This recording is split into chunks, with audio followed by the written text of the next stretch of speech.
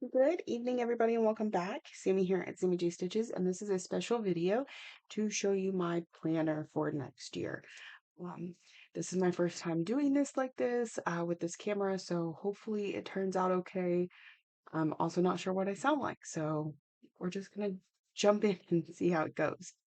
So this is the Plum Street Plum Paper Planner. Getting it confused with Plum Street Samplers because y'all know cross stitch. Okay, so this is from Plum Paper Planner. It's completely customizable. I will tell you that when I ordered this, I did not realize how huge it was going to be. So if we look at an average like sheet of paper for from a printer, I gotta scoot this back a little bit because you can't see the thing. It basically perfectly fits. So see if I can get that to stay. But we see a little bit more of my desk in the planner. Okay, so it was bigger than I meant for it to be, and look at this, y'all. It is hefty, but I was able to customize it pretty much to what I want. I do have some concerns about if it's going to 100% work, but it's one of those things that you don't know until you use it. And I've been with Happy Planner for years now. I like the ring system on the Happy Planner because it allows me to make changes to the planner, add things in, subtract things. And that's all well and good. And I've used it religiously, but can show you here. This isn't my planner from this year, but you can see the binder system so that you can um, remove things, add them in. I really like that system, but I was just wanting to try a little something different. When I saw Emily over at Snark and Spark order something like this, she's already using her, so she knows what she's liking about it, what she's not. So if you're curious about one in action, go check her out. I will link her below. So I did the best I could. We'll see how it goes. Um, and I'm hoping for the best. I find that I don't pull my planner out a lot because it's bulky or it's with the binder system, the pages just don't turn as well. Things get messy. So it's one of the reasons I consider trying this with the foil. You can order the plum paper with the binder. Um, I don't know what those are called. Anyway, I chose not to this time, so we'll see. So I picked my background and I personalized it with my channel name. Um, because especially in the stitchy community, that's how everyone knows me. And I ordered this separate. It is a pen holder. So goes like that. And I just slid it on this front cover. I don't know if it's going to continue to stay there, but because it does kind of pull it a little bit because it's pretty firm, but it's still floppy. And it's got this clear plastic piece over it to keep it all nice. All right. So I'm hoping you can see this okay. That my light's not too bright, but otherwise I couldn't see. Um, okay. So you of course, have your cover page where you put this planner belongs to. And just for the fun of it, we're going to go ahead and say, if this pen will work, Sammy. This pen is not cooperating with me. J. Okay. So I have my name right there. Next page is your full year calendar. And because this is the full size planner, these numbers are huge. Like you can't miss that. You can see it very well. So this is 2023. This is special dates. I will be writing birthdays in here. Of some of my friends and relatives and stuff like that. That's how I will use the special dates.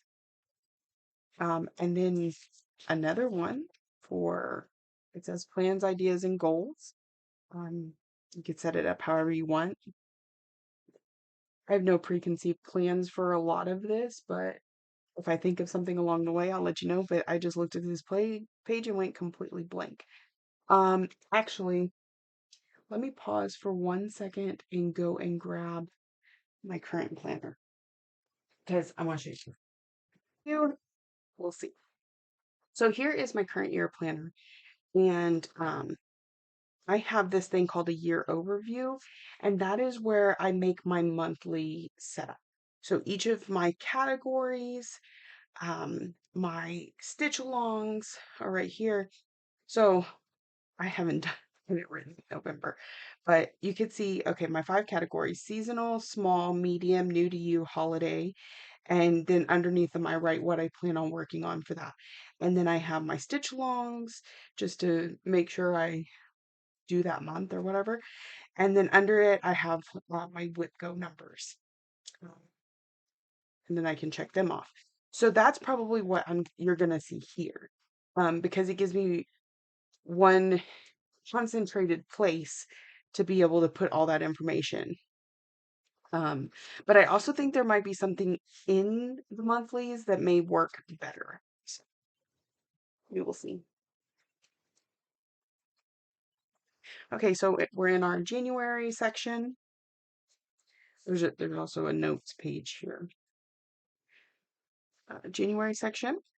Okay, so on this card stock, you got your 3 goals for the month. I actually need 5. Like if I were to not use this in the way that I just showed you, and I decide to do it here, or maybe I do it in both places because I'm extra like that. I could maybe split these and use 2. Anyways, I got birthdays for the month. This is probably more where I'm going to concentrate on like family, whereas this this this one will probably be for my group, or even like my whip's birthdays can be written there. I may write my whip birthdays there. I don't know. Just thoughts, different thoughts. Events that are going on that month, things to remember. There's a couple blanks down here. I could write whatever I want. I have a feeling I could have customized that to be printed with whatever, but again, because I've never used it before, I didn't know how exactly I'd be using it. And so I didn't want to put something there and then later be like, didn't really like that. So starting my month off right, this month's goal. Um, I don't really set monthly goals like that, but we'll see. We'll see. Next year could be different. Mini goals to help me achieve that goal, right? Um, Big things happening this month, monthly phrase to live by. That could be something fun to try. Steps I can take to have better self-care, be healthier, challenge myself, make myself proud. It takes a lot of thought. I don't tend to sit down with my planner and think like that. I know a lot of people do. It's not really my thing, so I doubt we'll see a whole lot of this next year, but you never know. Okay, then we have our monthly overview, and I'm going to show you this one in here just so that you can get an idea of how I do this. So what I usually do here is I write what I stitched on and how many stitches I did that day for the entire month. So you can see it makes it look really busy, but it's so much fun. So I'll probably stick with that here, a little bit bigger boxes.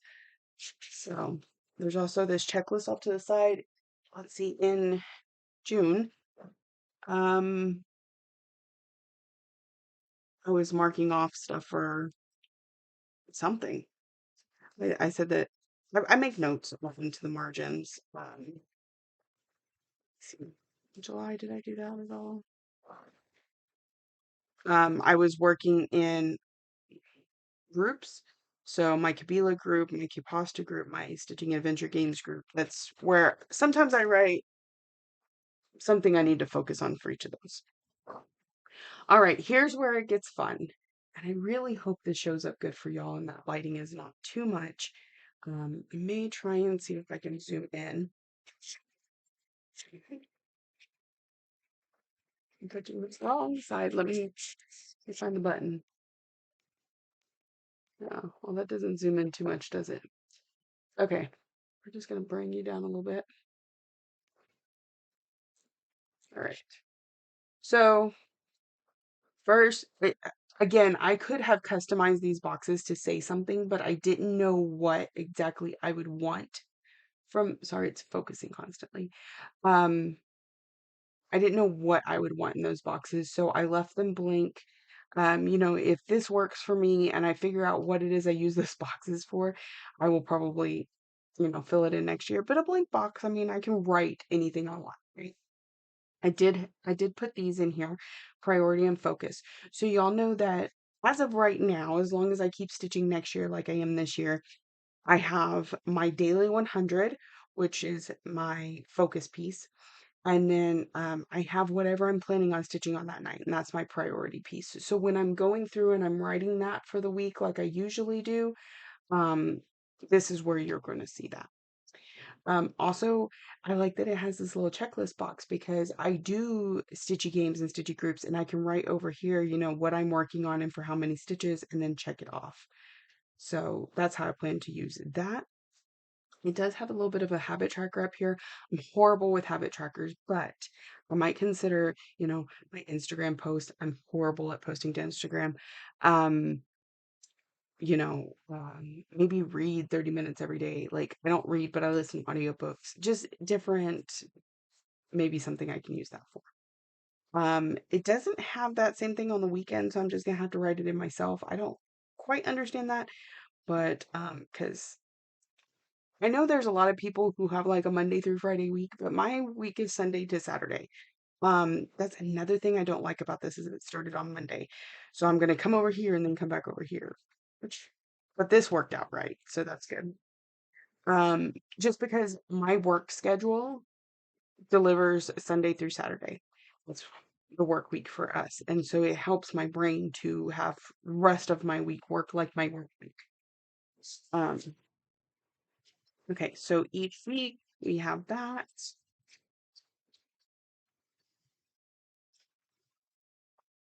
And then it kind of, because of the way that it lays out, it puts this week together, even though this is in February, it just kind of colors it differently. So that's pretty neat.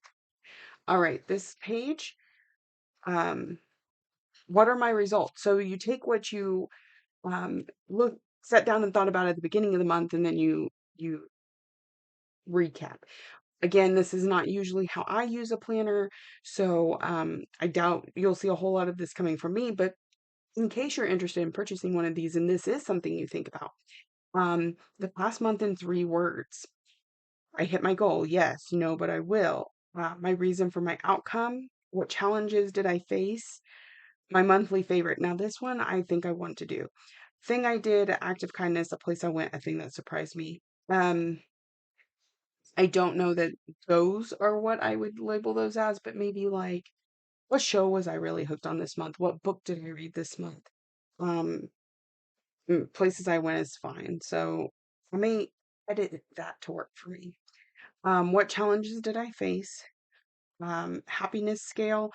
I'm not really good at scaling things. Like I don't know that I will use that at all. But yeah. And what can I improve on? And this could also be what's coming up next month type thing.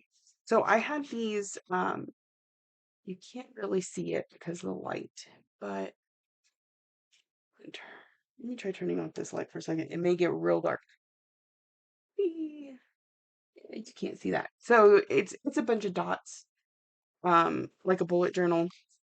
I had this was an add-in that I added just because I like them, because I may have other stitchy sheets that I need to I could glue it on here or write it on here or whatever.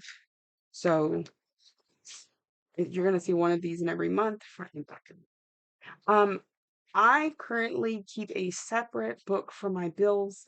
Um, we're trying to juggle this planner, that notebook for bills, all the different things. It's a bit much, so I'm going to see if this will work for me. If this will be able to sub in and work the way that I'm used to doing my bills. So we'll see. Um, and it's front back. I do not have that many bills. It's okay. Um, this is an add-in also. Well, this was an add-in. This is an add-in also. It's a monthly cleaning chart. I just wanted to try something different to try and maybe feel like I'm staying on top of things because yes, you do your picking up and your organizing and whatever, but there's big things that I forget to get to sometimes, like dusting the fans or I can't even think. I don't know, cleaning out the refrigerator, things like that. You don't notice them until you notice them, and by the time you do, it's so bad. So that's something I want to try. And it's broken down by rooms, and then of course you can add your own here. All right. So then February, we're gonna see much of the same.